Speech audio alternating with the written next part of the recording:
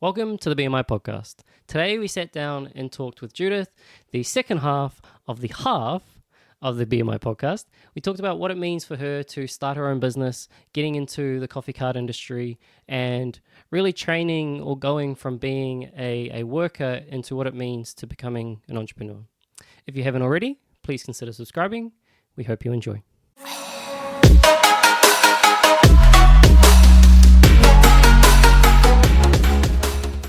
Welcome to the BMI Podcast.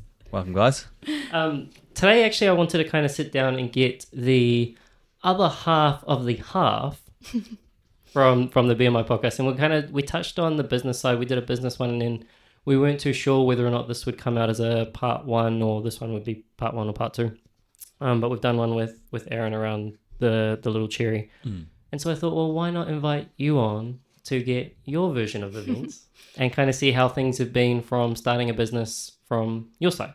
And so kind of where we started actually, and I thought it'd be a good place to start off, so is talking kind of around the differences between where I started was all about a passion for the industry. And right, so it really had nothing to do with being the best business person. For me, it was like, I just enjoyed the industry, and I've been in the fitness industry, the health industry, pretty much ever since I started working.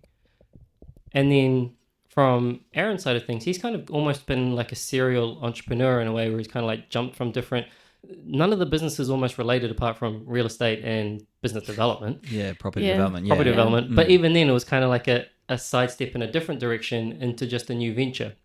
And for him, it was kind of like that enjoyment from the entrepreneurial venture and just enjoying kind of getting stuck into different kind of like business tactics and endeavors to test himself there. And so I kind of think would be a good place to start was like, how did you get into the little cherry and or into even making coffee? Like, was that from did you enjoy the process of it, or was it more kind of like, okay, this is the next step in starting a business?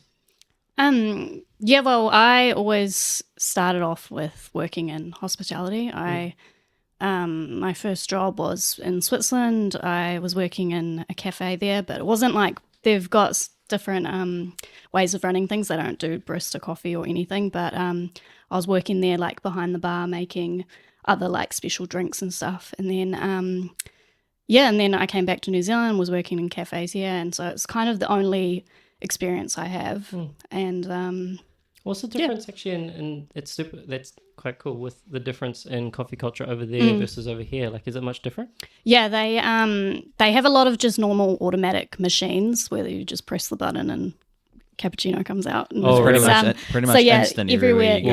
It's not the best coffee, but they make a lot of in Switzerland in general, they've got it's called coffee schnapps, and it's like coffee with alcohol in it, and they always drink it when they're finished with their skiing. And oh, really? Yeah, they love it. It's a very popular drink, and my parents always drink it. Which is like almost different. Yeah, they always have it after dinner, it's always after. Well, it's an evening thing. You wouldn't really have it in the morning. So does their coffee? Is it almost like a? I know you can kind of get those industrial machines here where you just click cappuccino and some. Boiling water works with sachet. Oh my goodness. Yeah, so like everywhere. Your worst nightmare, bro. My worst nightmare. Fuck that. Everywhere's got that basic machine, which isn't very nice to even in cafes. That's what, if you order a coffee, it's just from one of those. Yeah, like they don't have any barista machines. Like not one barista machine we saw. Except for when we went to a cafe that was run by an Australian.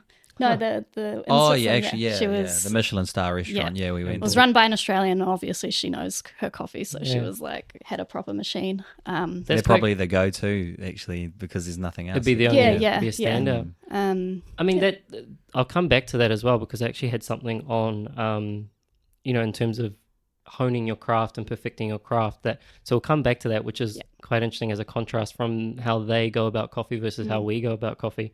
What was it like making the jump? So you were in hospitality first, and then you kind of went out and started your own thing. So I only had that experience of working in the cafe, and then I'd met Aaron, and he has all his business experience, and And then it was COVID, and the boss of the cafe I was working at, he was planning on selling it. So I was like, I don't want to work for someone new and have to learn their way of running a cafe. So I was like, I'll just either find a job here in Hamilton or move on. And then it just so happened the girl that had the coffee cart, she was selling, and Aaron knew her and was like, let's give it a go. And I was like, or have a look at it, or let's just ask have a few look, questions see. and stuff like that. Yeah, spike her interest, Yeah, and it's always been something like I've thought would be a really cool idea, but I've never thought it would be like an opportunity for me. Like I was just like, it's too much hassle, it's too hard to do. If I actually remember, like it was actually just, it came up in conversation. I was just like, what sort of things would you like to do, or like, like what interests are you in? And you did she did her florist course and stuff like that, and so she said like, I'm going to I would look into maybe a coffee cart or a coffee cart with flowers or something like that. And then I was just I like, think it was because I'd seen a few on Instagram of like people doing that with flowers and coffee, and I was like, so cool. Like it would be really, really awesome literally to her try. two things. And then I had lists and stuff on my phone of like, ideas of things I'd like to do, but I just always thought it wasn't really a thing I could do, or I don't know, it wasn't really. What was making that jump like for you? Like going from having obviously a secure income into then like making that jump into business where things are a little bit up in the air. What was that decision like? It was very, very hard. Very I just didn't know what was going to happen, and thankfully I have Aaron and my family as well, who were always, you kind of have that. I had that backbone of like, in case anything ever happened, I could just jump back into, or like. Yeah, I could just sell it again, or I don't know, like, jump back into a cafe job. Like, it's so easy to pick that up, so I wasn't too worried about that. It's called safety nets, is what, having a support system around you, having some, some safety nets, like if things were to fail, you know, like she sort of wasn't, it wasn't really like, like some people, how there might be a guy out there that's got a family and kids, and those are the ones that are real hard to go and take that leap of faith, like, how hard was it for you even, and it was just you and your partner, I mean, you know what I mean? That's why I asked that question, because a lot of the times like that first step is actually the hardest, and there's so many barriers to actually overcome in order to get there. And like you can lead a horse to water, but it can't make it drink. And so even just taking that step, I think is almost critical. And it's a huge step to overcome. What did those kind of early days look like in the business for you? Like you kind of mentioned that you had the idea of coffee and flowers. That obviously isn't what happened, apart from maybe in the branding. Like what did those kind of early days look like? I was basically just gonna stick with the coffee, stick with the simple stuff for first, and then but it was definitely hard not having the steady income. Like with hardly had any money coming in the beginning, and I just told myself I had got to stick at it instead of giving up like a lot of other people do. And that's what I did. Did you start with I guess just refining it back to the basics, and so we're kind of like, okay, we'll focus on coffee. And then what was that? Was that a process of, okay, we've got the cart, now we have to find a place to go? And what did it kind of like, what were the steps involved in kind of setting the actual business up? So luckily the coffee cart already had its kind of name out there, and some people knew of it already, and I got a lot of inquiries straight away, and I didn't have to search for anything, which was great. And but then I did want to, because the previous owner, she never ran it full time, she only ever did events, and so she had those contacts, but I thought I have to do it full time, run it full time, and which meant obviously you have to find yourself a spot, and then I went out there first in Rototuna, found a spot there, and it was very quiet, like it always is going to be if you haven't got that reputation. And just even being seen long enough. Exactly, and that just takes time, and so as what do you call it? The coffee schnapps? Schnapps. Schnapps? Yeah. as a coffee schnob, then I can 100% attest to you'll go to the same location all the time. Yeah. And it's for convenience as well. If you show up there every 100%. day, people Consistency is a their huge way thing. people's way to work or whatever. They 100%. they need to stop there. And so, have you jumped around a couple of different places, locations in those early stages, just finding which one was kind of felt right? Yep, exactly. Yeah. So the Rototuna spot, I was there for probably like 5-ish months, maybe a bit less. I can't remember. Oh, definitely less. Yeah. Before the idea of I think Uncle Steve actually mentioned to go to that spot because there used to be a coffee cart at the spot that she's currently at now. Right. But they weren't showing up for it was probably like 3-4 months. They weren't showing up, so he was like, just go give it a go, and I was like, parked up there, and they had the cart on the market. Yeah, we saw it on the market. Yeah, so then we were like, oh, maybe there's a chance for us to sort of come in and take that spot. Yeah. And then that was still very slow in the beginning too, and then but thankfully from there a lot of the locals found out, and the two of the schools that I go to, the principals stopped by and they were like, just come stop by at our school if you want, give it a go, and that's what I did. And then hospice as well, they just have so many staff there that they were like, oh, just give it a go. See if you can do that. Just do a trial sort of thing. Did you actively go out and reach those, or were they kind of almost they all came to me as well. Still organic, yeah. Yeah. That's what I think is important, and it's kind of like once you've got if you can front up and you can almost put your best foot forward and you're kind of there and you're people rather than kind of just, making coffee and making them almost not feel like they're welcome. Quite often that once you give that good service, you end up having like a good word of mouth rapport, which is probably half the business, right? Yeah, for sure. On that point, you actually make a real good point. It's the consistency the people see. So it might not even be them, but you come in mind for someone that's like, oh, they could do with your service. But they see you. Like I've had people recommend our services. They pull over and take our card. They don't even drink coffee. They're like, oh, someone was talking about a cart the other day, and I see you here all the time. Yeah. And they're like, I see you out here. And they're doing events. And for an event or something like that. And they're, for example, they'll literally, they'll go, oh, they're early morning shift workers. They're like, oh, I see you get here real early. And good. They always go, good on you, like for getting out here. You're getting the months that, I see that you're not too busy. And I was like, oh, that doesn't bother me. Like this was at the very start when at my new spot.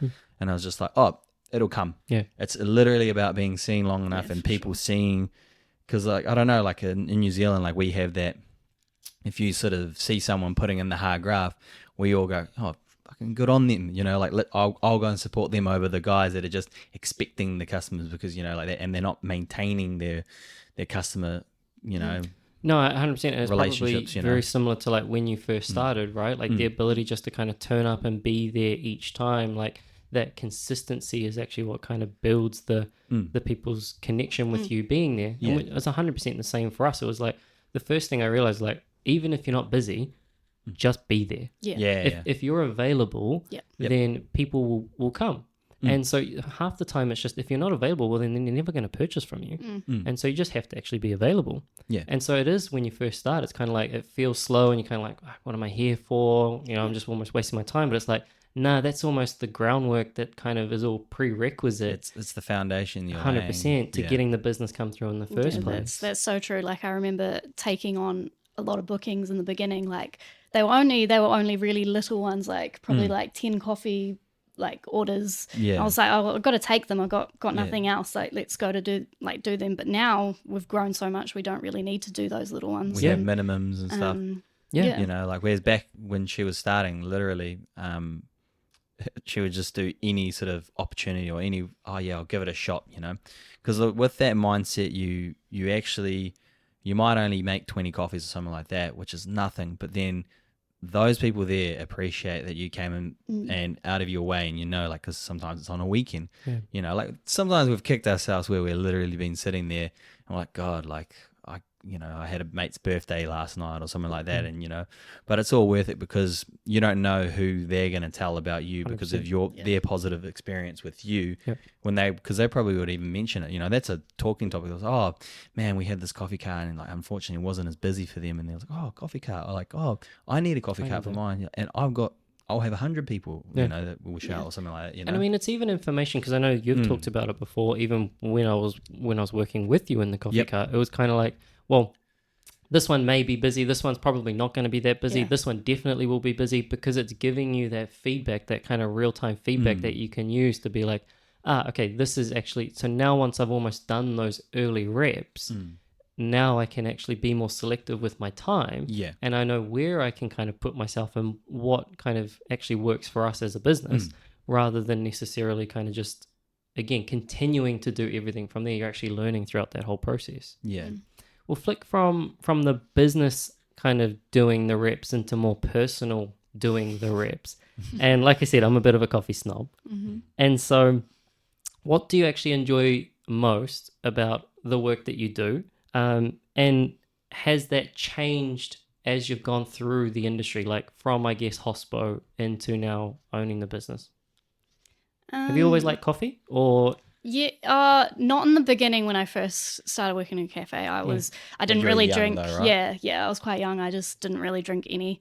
But then I slowly I know you just have to keep drinking coffee because you have to keep trying it. Yeah, you it have tastes to like keep shit when you first start. Exactly, yeah. You just got to keep trying it and seeing if it tastes good, and then eventually, now I like it. You'll find your blend. You'll find your blend eventually. Yeah. And then you're hooked. Yep. But I think the thing I like most is that I can be my own boss, and I just don't have that person talking over me and telling me do this, do that, and I can take time to do everything, and that's just really, really nice. Has that come from, I guess, doing those? If we talk about doing the reps. If we think about doing the reps early on when you were in hospo, working in cafes, and obviously being under the pump, and having to pump out so many coffees in a short amount of time, that makes you good at the process. Have you found kind of like your confidence improved because of those early reps? 100%. And that's kind of enabled you to enjoy working in the business more now? No, it really, really helped me working in a cafe. Like it's just especially getting that rush, and when you're going to get the rush, and then it was just really good having that experience compared to, because it's different as well. Working in a cafe is obviously you're delivering the coffees, you're chatting a bit more to the customer, and for me you still get to chat to the customer a lot, but it's more of a quick takeaway, get the coffee out there instead of whereas the cafe you got a bit more slower, but there was still moments where it was flat out and it's slower because they're slower. We know that. That's built in to the cafe, like the way that people run things. And then you probably can digest, like, that's why always the manager's always like, come on, guys. Because you actually know how quick you can make a coffee and get it out there. Is that to actually slow the whole process down? No, that's just from kitchen or poor hiring, man. That's what I was thinking. They're more, I don't know, talking to the customer instead of like actually going back to the kitchen and getting another coffee made, or like, it's like. Which is all part of it, I think, as well. Exactly, though, that's that. I have no problem with that there, but I have a problem when I see 3 baristas standing there waiting for one person to pull a quiche out and warm it up in the microwave while you can be making the coffees. Do you feel that you're proficient? Like, do you get that sense that you're proficient at making coffee now? I think so. She's bloody good. Not a professional, just proficient. Yeah. Oh, definitely. I know how to, well, especially since I have such a small machine, like I know how to multitask and how to get the coffee out there quickly and what to do first and what to, obviously I need to get the money as well. So like I do it. She's a dream employee, bro. Yeah. If you're an owner of a cafe, you would want her behind the machine. Just got a just pumping it out. 6-figure price tag attached to it. So that's it. FYI. Yeah. Because one thing that we touched on while we were talking about the business side of things was what's the thing that looks like work to everyone else but feels like play to you. And I was wondering whether or not actually kind of that whole process of almost making coffee, like if you take when you first got into hospo and anyone that's probably when you first started, right? And even I enjoyed making coffee, but being under the pump of like being in front of people and having to turn them around fast, that didn't feel like play. Like I can play with my machine at home and do it at my own leisurely time, but that definitely didn't feel like play. And so I was wondering whether or not now it kind of feels a little bit more play-like because of how proficient you've become in your own space. Oh, definitely. It definitely does feel like play. Like I enjoy getting the rush and the like constant stream of people. I love that like now, whereas when I was in the cafe I was dreading it half the time because I was like, oh gosh, this is going to be so hard to do. But now I'm just like, yes, like we did it. We pumped through like hundreds of coffees, like and it feels so good to do that. Instead of like when I was at the cafe it just drags on, or like it just it wasn't the same. It's definitely it is the dollar going into our pocket is I think what I'd have to say to the listeners out there to, you know, like, and I don't think anyone should be expected to have the love or the crave like us as owners, you know, like it's, and that's where I think a lot of the managers nowadays, they get caught up on that sort of mindset, and they're like, oh, you know, well, I do this. I was like, well, as you should, you get 80% of the profits, mate, you know, like. And I think half of it comes back, like, not to knock those early reps, right? Like, because quite often that's actually where you learned. And so a lot of the time where you are working in the cafe, and like you said, you're kind of doing those reps, whether or not it was under pressure or not under pressure, and probably having the fluctuation times where you were under pressure sometimes, not under pressure other times, so you could take your time. Those early reps, again, like almost in the personal sense of honing your craft, is almost what set you up to be able to manage and deal with the volumes that you can now. And I think, you know, which was the same with me. For a long time when I was, or before I made the jump into business, again, because it was more about the industry rather than the entrepreneurship kind of road, for me, it was actually doing the reps with clients. And so the more reps that I did with clients, the more clients that I saw, the more problems that they had, that kind of built up my own repertoire of being able to break down their problems and actually working problem-solving skills. And so it doesn't, like, I don't have to think probably like what you don't have to think when you're managing the machine, whether or not you're bloody grinding coffee over here, steaming milk over here, pulling an espresso over here. Same as me talking with people and adjusting a plan at the same time. You can do that, and you can almost become better at your job or better at the line of work or the industry that you're in, because you've done the early reps. And I think a lot of people probably try and jump ship too quickly, and then it's kind of like, well, I'm just 90% of people do. And there's value there to kind of going back, taking a step back, especially if it is some kind of craft based enterprise or business, going back and just kind of focusing on those early reps and kind of doing those early reps. Absolutely. BMI, obviously body, mind, integrity. Let's jump to integrity. What do you hope that people will say about the little cherry? It's a good question. Very good question. I hope that they say that our coffee's really good if they've ever tried it before. Or like, and that we are always smiling and happy people behind the counter. That's, and I get that already, but with a lot of my regulars, they always come up straight away, and that's what they say the first thing. Oh, it's so good to see your face. Like, it's so nice. You're like refreshing to me. So, which is probably why you guys have such good like word of mouth, right? Like that is crucial for that word of mouth side of the business. Like if you are good at the coffee but you're an asshole to people, they're probably not going to come back. 100%. Whereas, this isn't that, was it Karen's store? You know, that restaurant they come specifically, they get cussed out. I actually want to try that. That'd be quite funny. Oh yeah, I don't know if I could handle it. I'll be throwing hands, bro. Just gotta throw it back.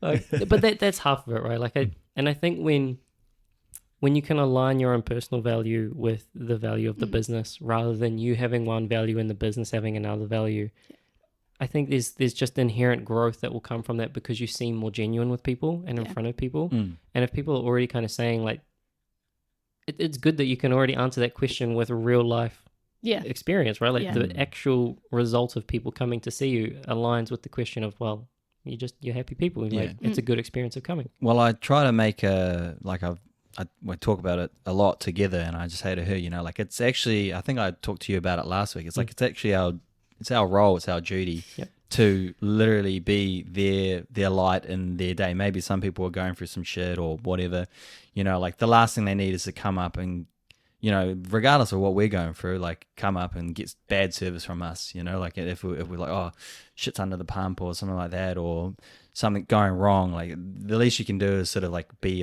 the little bit of light in someone else's day if you can, you know. Yeah, 100%. I feel like a therapist sometimes. We're there to listen. Yeah, the amount of things I've heard from people that they just love to vent to me, but it's good. I'm happy to listen. Like until we have customers lining up behind them. And then like it's weird because I was like, can you not feel the body warmth behind you, pal?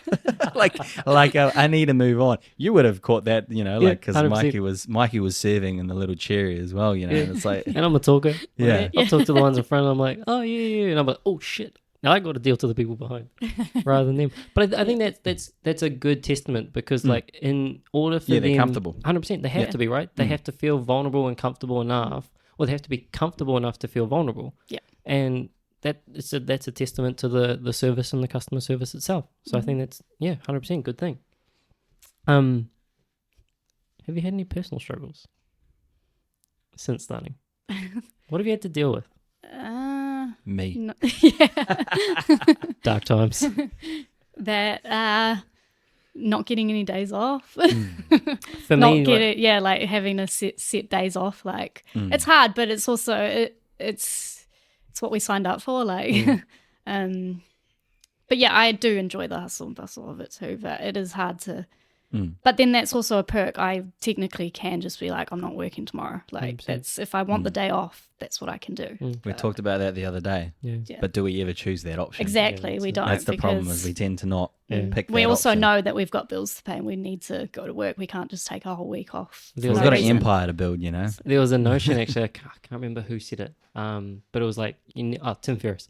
He said something about filling the void. And so quite often, like you set your whole life up and you kind of build these businesses and things to kind of take yourself away from it. And then you finally get to take yourself away from it, or you take the day off, and then you're like, now I've got this void to fill. Like there's a hole in my life that was this business for so long, and it's like, what am I going to do? What can I put there? Because most people, it was one thing that he wished people would pay more attention to in his book, The 4-Hour Workweek. Yeah. And it was the chapter on filling the void. And it was like, most people don't plan to fill the void. They almost just like, they get there and they're like, oh shit, now I've got nothing to do, rather than actually... I'm guilty of that. It's kind of like we talked about previously about sport. Yep. I think that's probably our... Yeah. That would be our little replacement. We would have just swapped it out 100%. With the way that we were and are. Yep. You know, it's... that's just been it's almost been a straight swap out. Yeah. Yep, definitely. And it's always like, it's almost having that. But for me, so when I kind of first started business, there was always that, especially in the early stages where the money wasn't kind of coming in, there was that insecurity there and that kind of fear of failure. I mean, fear of failure, I don't know if it relates, but fear of failure for me has always been probably one of my biggest insecurities. And so it's kind of been like, fuck, like I don't want to fail at this, and that kind of fear has almost been holding me back to a certain extent rather than kind of pushing me forward.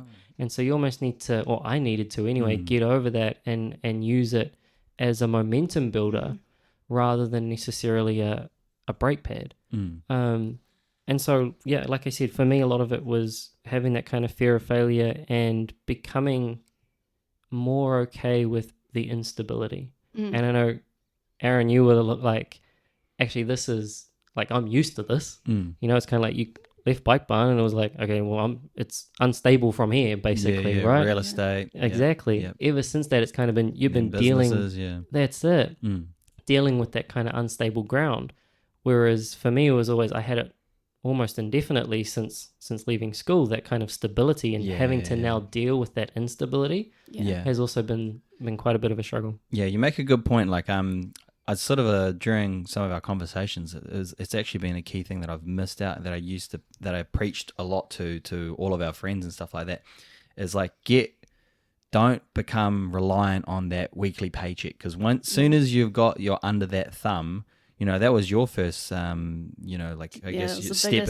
That's one of the biggest things that you got to get over, that mental hurdle of like, you don't live for the week to week, like you don't rely on that paycheck. So, like, I guess, and then that can lead to maybe building up a bit of savings or a safety net, 6 months. Like I had when I went into real estate, that was one of the key points that the hiring manager was talking to me about. I was like, do you have a backup plan, or do you have a bit of funds to get you? Because I already had a house when I went into real estate, and it's like, you're not going to get, on paper, a good person takes 6 months, like you need to be able to let go of that week to week paycheck mentality, you don't rely on it. You need to sort of put yourself into a position that because like you said before, it creates those insecurities.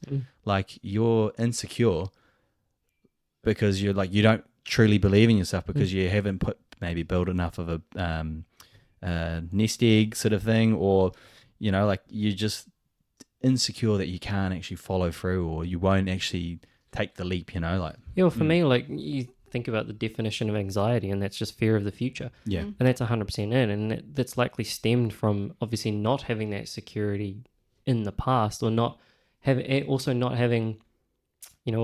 hormesis, where you kind of like, it's like the physical term for pushing the boundary. So it's like basically getting poison. Yeah. So you give yourself a little bit of poison, your body becomes adjusted to it, and then you can tolerate more, and you can tolerate more. Yeah. And so it's that toughness training. Allergies and stuff like that. Yeah, that's what they do. Yeah. And so that's... What is it? Hormesis. Hormesis is the physiological term. Yeah.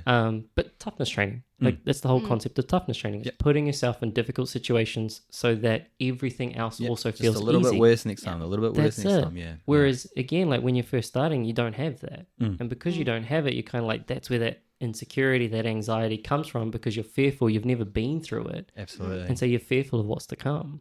Oh, of course. That is one of the scariest things from starting. You just don't know how to do anything as well. You're scared you're just gonna fail, like what you literally said. And or just even learning how to run your car at first, getting to places like, I was really scared in the beginning, and now it's just easy as I don't even think about it. I don't even worry anymore. And have you had to make any kind of like left turns in the business? So as you've that getting over that first jump of actually getting into the business, have you ever come across, like, was there a time where, things weren't working and you've had to be like, oh shit, let's try this instead? There's been so many breakdowns. That was probably the worst, because we've got such it's not an old coffee cup, but it's made in China. So machine breakdowns. we've had the machine breakdown. We've had generator breakdowns, general maintenance issues. And that's it's nothing that we can control, and I think that's the hardest part. Like, I've had a few phone calls. With tears and stuff like, I was like, hey, it's broken now.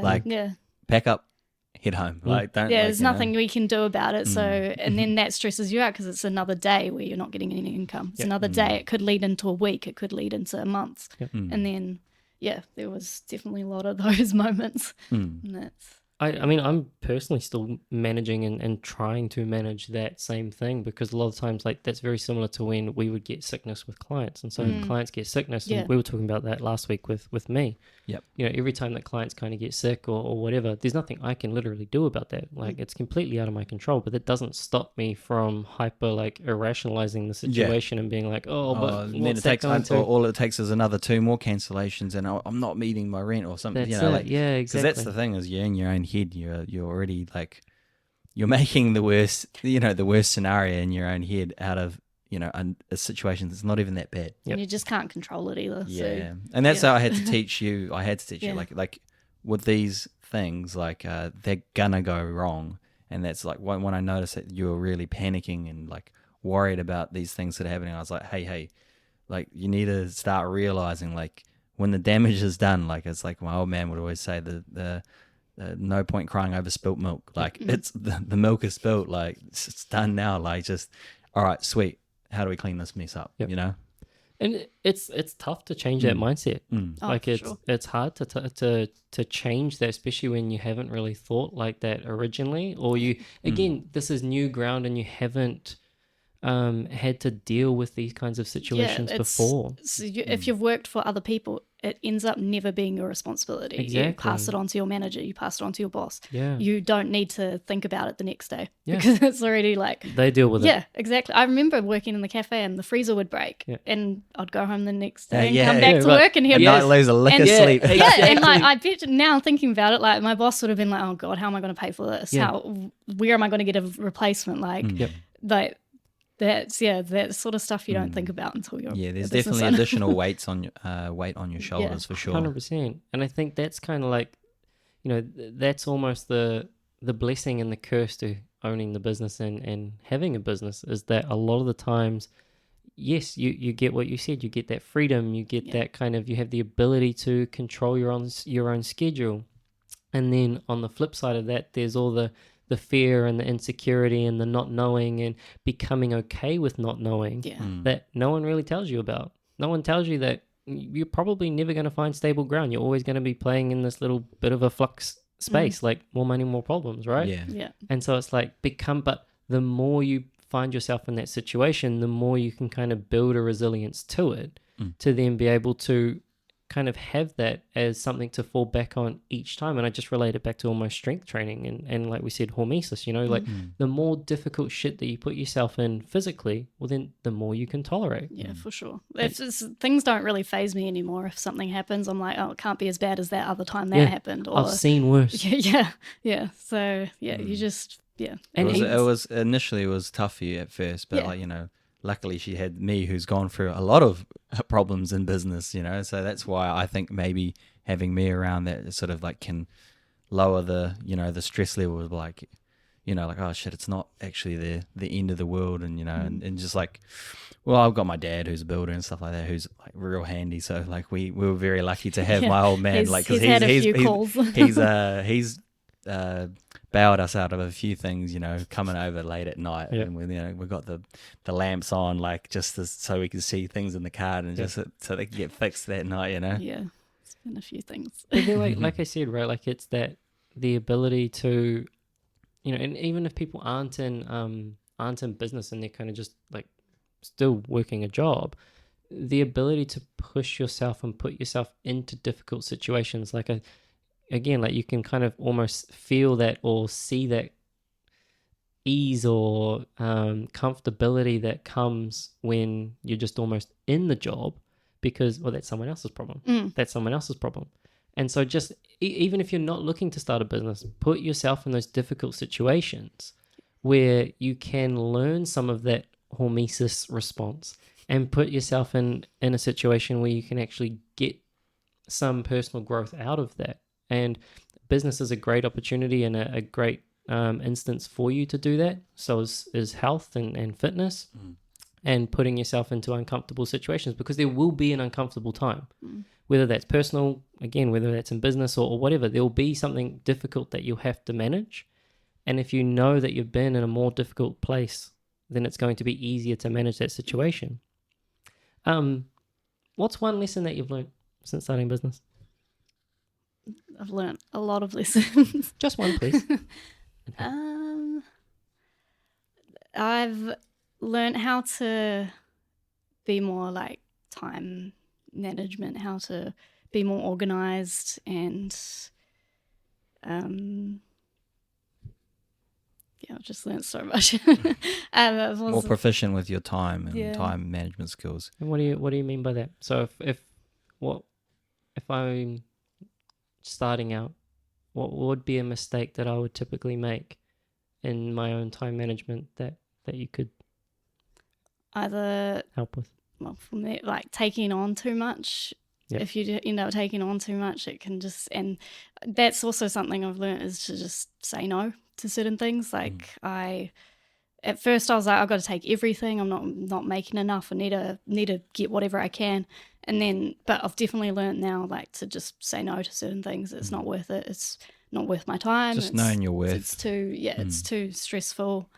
It's funny, because you go from the start where you're like, I want to be available, and we talked about it, right? You want to be available to anyone whenever, and that's almost a good thing to start getting busy and be seen.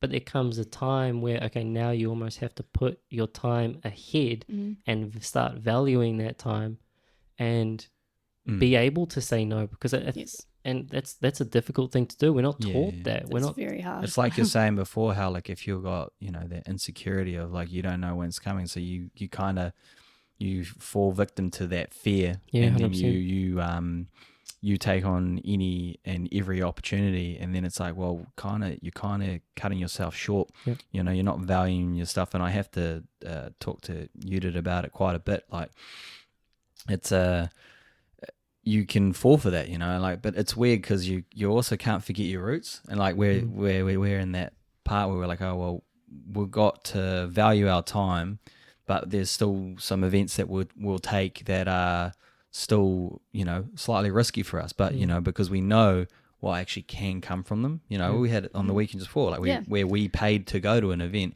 and like we ran our generators. So ran our generator. Like there's all of the requisites for something to go wrong, but like, you know, you sort of, you know, and you got for it to be a bad event, but it ended up being really, really good, really solid. So you got to take those risks sometimes. But how have you come to grips with saying no more?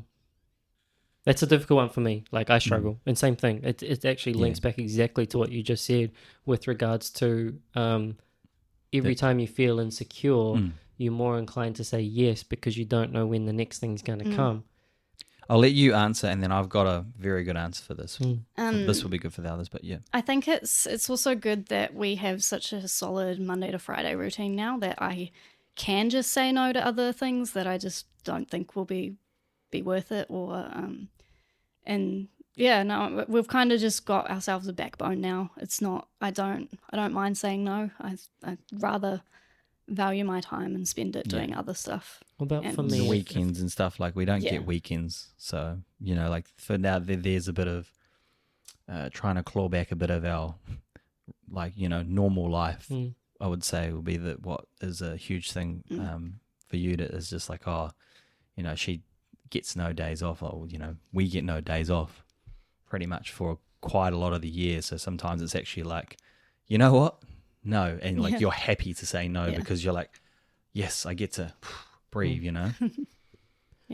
I think it was James Clear on a podcast. He was kind of talking about that similar question. So when he gets those opportunities, it's like, which one will serve me in the future? And so it's like, what's the work that will work for me, not just now, but in the future? And that's kind of a good requisite as to, you know, how I can then go and spend my time. So for him, the instance was, well, really, if I go and do, let's say, a TV or a radio show, that TV or radio show will only be good for the one time that it's been aired. If I go and do a podcast, that podcast or a YouTube video or whatever will be on the internet and available to people forever. And so in 6 months, 10 years down the line, that piece of work is still going to be doing a repeat business for me, as opposed to the one-off interview that I'm doing. And so, you know, a lot of it is, I think, for me, where I'm coming to think now anyway, is like, okay, what's the work that will work for me in the future? Because if there's something, rather than just kind of dealing with, okay, I can make $100 today, if I could be doing something else that will serve me later on down the line, whether that's building the business, whether that's actually clawing some of my time back so I can invest more back into the business, or invest back into relationship or whatever. If there's something else that can be invested in during that time that will invest or give me something in the years down the line, then that's an easy way for me to kind of come up with the no thank you. And or how about this instead?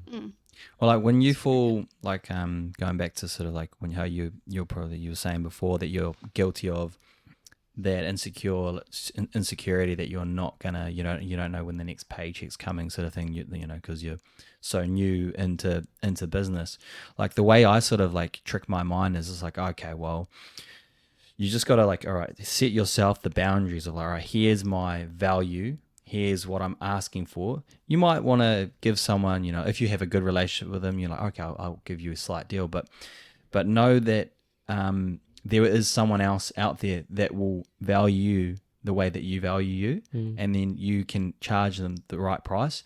And then it's also it's an insult to your loyal customers if you're going and because that tends to be the ones that you have a hard time saying no to, right? Is the ones where it's kind of just out of your parameter or stuff like that, and like things along those lines is just like, oh man, like I do kind of need the money, but I kind of don't, and that's where you'll probably find yourself in that sort of a predicament quite often, is just knowing your value, holding it there, and then also like if it does push you towards being insecure or not knowing when the next sort of thing is, it actually can work as a motivator, I think. So like hold your values or your value of yourself there.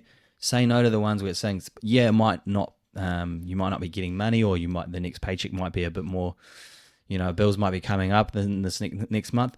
I feel like that triggers you to go, okay, well now I need to maybe add more to my values, so then I can go and get more value out of others, or like more, ask more of a price from other people, Yeah, 100%. Do you know what I mean? It like create that good insecurity, like instead of being fearful and then just clutching at whatever you can, is actually going, oh, well, no, my value's here. I've had X, Y, Z of them pay me.